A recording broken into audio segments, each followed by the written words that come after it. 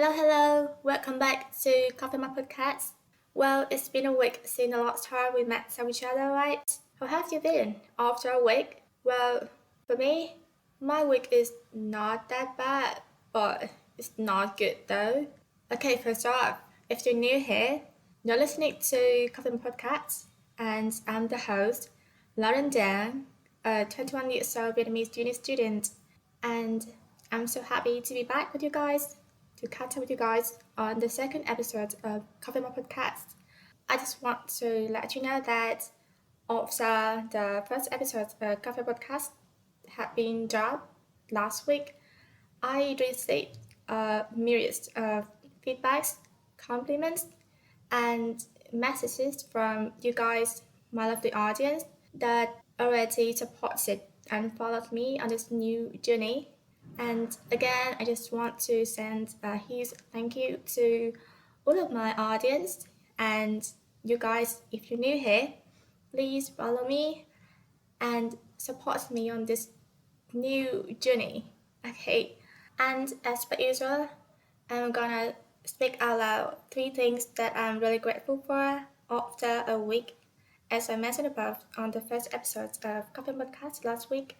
So the first thing that I'm really grateful for after a week that I want to mention is I spent a whole day hanging out with my high school mates after such a long time, like not seeing with each other. And we spent the whole day hanging out with each other, talking non-stop about our lives. I just noticed that there were a myriad of stuff that coming back to my life and her life after a long time we didn't see with each other. But we still remained the friendship vibe back then when we were high school students. And I was grateful for keeping this vibe until now, after a long time not seeing my high school mates. And the second thing I'm grateful for is that on a day I hung with my friends while we were exchanging pleasantry, like having conversation with each other. We already took a walk around Salt Lake in Hanoi, and it was mind blowing for me because it's been a long time I haven't, taken a walk with my bestie. It's been a long time I haven't done physical exercise to improve my physical well-being. So I suppose this is also the reason why I always feel exhausted and tired after spending time studying non-stop at school. In the near future, I think that I'm trying to hang out with my friends and at the same time like doing some physical exercise like jogging or just taking a walk, which I suppose is really good for our physical well-being. But we still have time hanging around and, striking up some interesting conversation with each other. It's a lot of fun.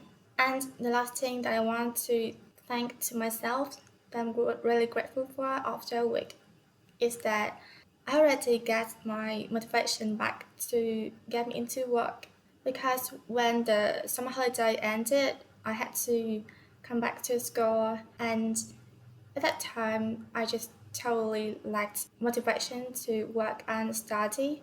I just didn't want to do anything instead of staying at my dorm room and doing nothing, scrolling through social media platforms. I didn't find the motivation to get to work at that time, but now when I spent time recording the second episode of Coffee Bar Podcast, I already find my motivation back to get into work and continue pursuing what I really like to do.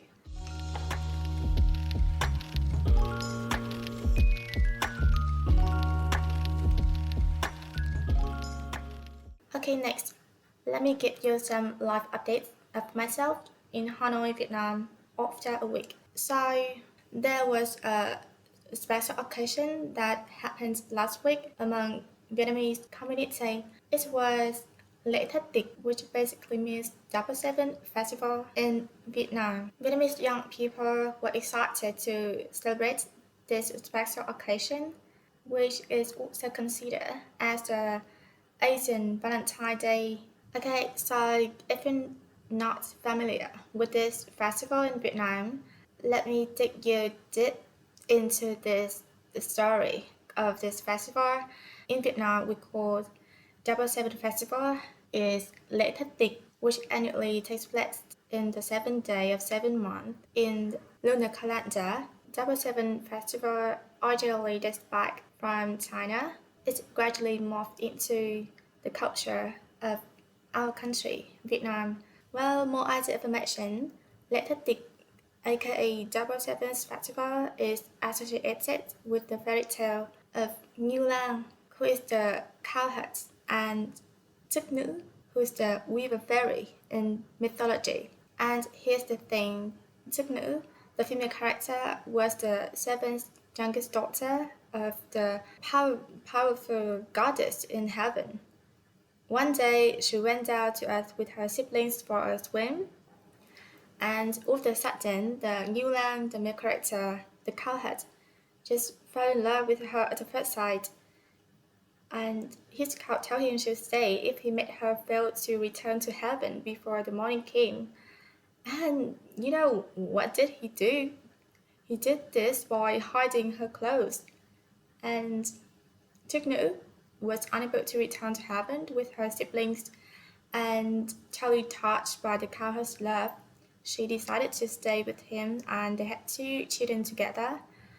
And then the father of Chức Nữ eventually found out and made her return to heaven.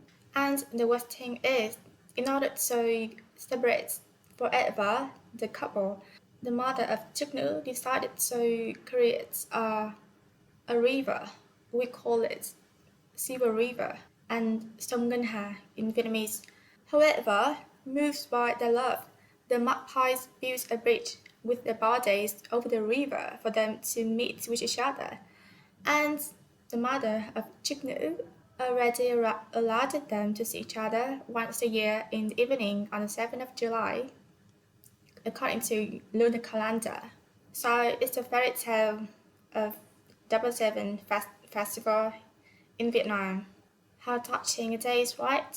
So last week, on the 7th day of 7 month, on the lunar calendar, the Double Seven Festival happened.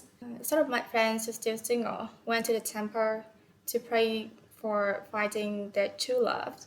They also have a trend to eat red bean dessert on that day for the purpose of finding their true love. I don't know if it makes sense or not, but I haven't eaten any red bean desserts after 20 years being single. Oh my goodness, I just tell you the biggest secret of myself.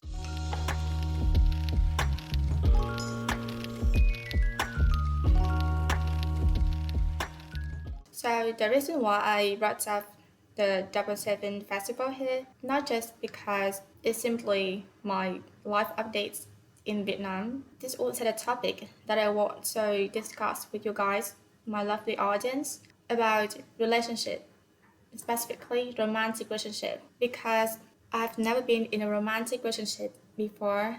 I don't know if it makes sense to you guys, but actually I haven't been in love with any guys for 21 years since I was born, actually. If I was still a high school graduate and realized that I had already divulged the biggest secrets about my romantic relationship like this, I definitely regret for doing this. I even just wanted to kill myself for saying that out loud, that I have never been in love with any guys. I don't know, does this make sense to you? Well, from my observation, we started feeling loved. We started having a crush on anyone else when we are about 15, 16 years old. But you know what? It didn't make sense to me because when I was 15, 16 girl, I didn't pay attention too much about love, romantic relationship, and stuff like that, while all of my friends were crazy about getting involved in a relationship with any guys in our high school. One of them was my deskmate who always constantly, talking about her boyfriend all the time. Like, she endlessly talks about the guys that she had crushed on numerous times. And she always asked me what kind of boy that I liked back then. I was really curious. Like, I was so confused. Whenever I had to try to put my efforts in coming up with the best answer to satisfy her, because I didn't know what type of boy that I liked back then when I was a high school student. I don't know. It was so weird, right? When I remember that, I thought back then I just put all of my effort into studying and trying to achieve academic accomplishments when I was a high school student. Like, I didn't have enough time to think about other things like romantic relationship, boys, guys in high school. I didn't give a shit about them. I have to say that. And in terms of my deskmate at high school that I mentioned about, sometimes I was really curious why it was so easy for her to have a crush on a guy and get involved in a romantic relationship with a guy at that time. Maybe she was really popular and beautiful among students in our high school, or maybe I was totally a nerd at that time. Until one day things totally changed when I was 9, 10 years old. Back then, when I was a elementary student, I actually had a little crush on a little boy back then who studied at the same class with me at that time. Well, he was a lovely boy. Not mention to say that he was considered as one of the most clever, intelligent boy in our class because he always got like mind-blowing academic achievements at that small age. And I don't know, I really admired him at that time, and I also had a little crush on him because of his vibrant smile. And I don't know, it's a little bit embarrassing to tell you this story. And after about 10 years not seeing each other, one day I found out that he studied at the same high school with me. Oh my goodness, can't you believe it? I was totally gobsmacked when I saw him in the school chat. I'll say that.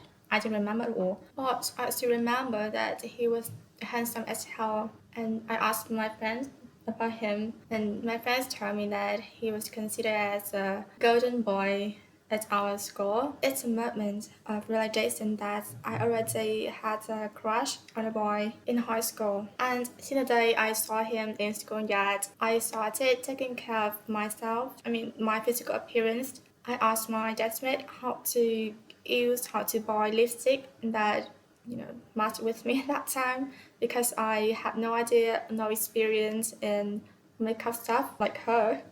I do remember that like in every single day I went to school, I spent a little bit time for wearing lipstick, choosing the best outfits, the best shoes for me to go to school, and it had the best look as I was supposed, because I didn't know if I could meet him coincidentally at that time. But bad things happened to me.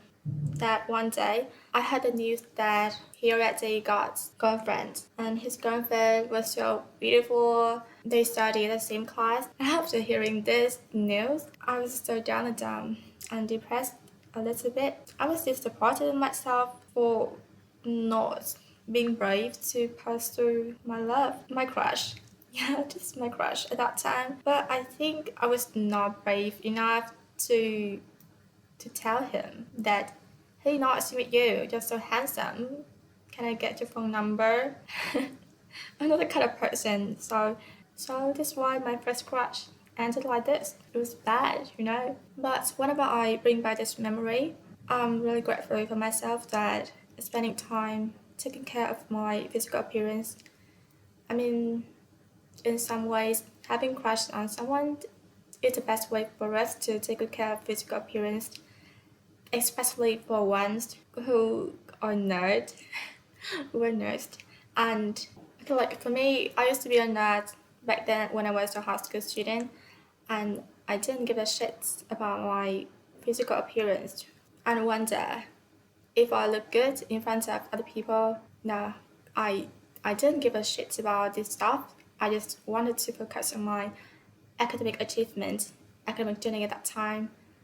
But I'm supposed that it's good to strike a balance, especially when we're girls, when we're women. We have to take good care of our both physical appearance and our career as well. And I thought that things would change when I moved to university, when I would have more chance, more opportunities to meet up with many guys, and maybe I would get involved in a romantic relationship with any guys I met at uni. However, nothing happened to my romantic relationship because now I'm a senior. But like I said earlier, I still have zero experience in falling in love to be in a relationship with a guy. And the worst thing is that some of my bestie already got their boyfriend when they moved to university. I remembered one day when I heard a news from one of my high school mates that she already got her boyfriend. I was totally gobsmacked after hearing this. On the one hand, I was so happy that my friends already found her true love, got her first boyfriend, I would say that. But on the other hand, I feel like I was left out in this world. I totally, left behind other people, especially when all of my friends gradually get involved in their romantic relationship with any guys. I even had mental breakdown after a long time when I heard some news from my friends that they already got the boyfriends. I was scared a little bit that during the time when I had suffered from mental breakdown, one of my friends recommended me using dating app, which was considered as the best way for me to find my lover. Yeah, and I also used this app for such a short term period, and I also found some guys who matched with me on this dating app, but I felt bored and exhausted. I was totally fed up with using this dating app, which I suppose not a great way for me to address my issue at that time. But sometimes I suspected that was like too high maintenance to find a guy who I really like to be get involved in a relationship with him. I mean, when I was high school grader, I didn't give a shit about a romantic relationship, falling in love with the guys. Sometimes I even felt a little bit bothered because of all the stuff, the romantic stuff aroused me when all of my friends talking about love, relationship, and stuff like that. But now, when I was already 21 years old, and some of my friends already got their boyfriends, girlfriends, I feel like I'm so happy for them. But now, despite the fact that I'm still single now, I still haven't found a guy that I would like to attack with them, to be in a relationship with this guy. I'm happy vicariously to my friends when they're talking about their relationship with me, or even seeing them expressing their love with each other. I don't feel bothered at all. I'm not feeling left out anymore. And I suppose that instead of spending time worrying about my romantic relationship and wonder whether I find my true love to be a relationship, I try to spend more time being with my family, my parents, my sisters, my friends. Of course, they're still single. And I also have more time, focusing on my career, trying to achieve like more academic achievements, spending time for taking care of myself in the best way. I think when everything is ready, when I'm ready, a right person will come to me. And I also found a song that's really relatable to my personality and my feeling about love, which is People Watching of Conan Gray. Okay, if you're listening to the first episode of Coffee Podcast, you already know that I'm a big fan of Conan Gray. And, whenever I listen to his songs. These little songs, these lovely songs just go straight to my heart because it's so touching and relatable. There's one line in People Watching that I remembered because it's so touching and relatable to me. Is I want to feel all the love and emotion, be that attached to the person I'm holding. Okay, I'm sorry if I'm a bad singer. Actually, I'm not good at singing though. Me and the person in the songs People Watching are so similar because we already find the peace in all of the love stuff. I and this person kind of feel happy for other people who have already found the true loves in life, and I and this person are still waiting for the right person who will come to our life one day. I also did some little research on internet and found out that maybe I relate to a type of who is a demi-romantic. This person finds it not easy to fall in love. Instead of that, they have a tendency to fall in love after a substantial emotional bond has formed between them and the other. They like to take it slow, they're not playing hard to get, nor they're cold, emotionless. As sexual individuals, they just want to take their time. Maybe it's true for me. I suppose that. Anyway, I still regret it a little bit for not eating red bean soup last week. I don't know. I don't know if it makes sense or not. But I didn't eat red bean desserts last week while some of my friends who were still single ate a lot of red bean soup last week. I didn't know why. I didn't get it.